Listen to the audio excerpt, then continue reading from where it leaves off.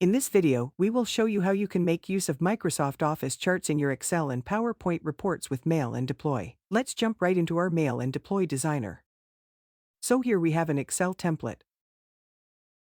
We have created a table element from a chart in Qlik Sense. And in our Excel template, we added two charts via the Insert tab.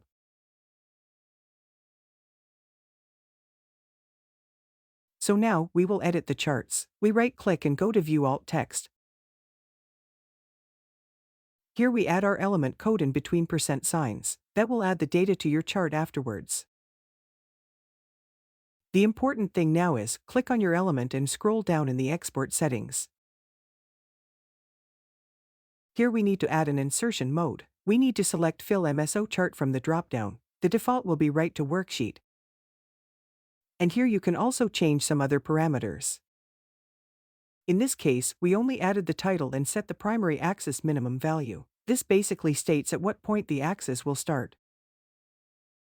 Now we will run the preview.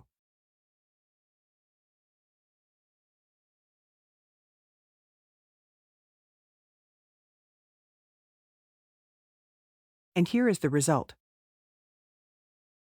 It is the same table using two different kinds of Microsoft Office charts. You can alter them any way you want and customize everything that is possible in Excel. It is very responsive. Next, we are going to do an MSO chart in a PowerPoint report. For this, we will open our PowerPoint template in Mail and Deploy. It is a bit different compared to the Excel template. Here you can already see a preview of your charts. This is not the data we are using. It is just a placeholder. Anyways, in PowerPoint, it is the same thing. We add the charts via the Insert tab. Now we right-click and go to View Alt Text and add our element code in between %signs.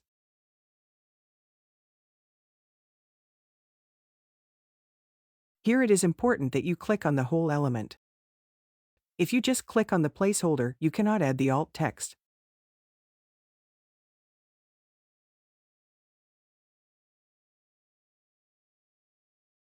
Then again, we need to select Fill MSO Chart from the drop-down. And here we will also add some different colors. It works both with RGB and with hex code. The hex code has to be in quotation marks. And what we also can do is use functions. So here we created a list, which in this case is not really necessary because we only have one dimension. But if we had 2 or 3 dimensions on this line chart, like in the preview, you could create a list and change the colors of them. This time it will only take the first color. Now we will run the preview.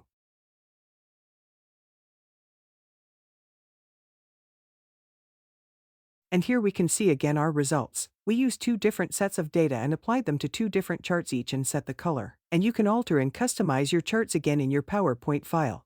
And that's it. Thanks for watching.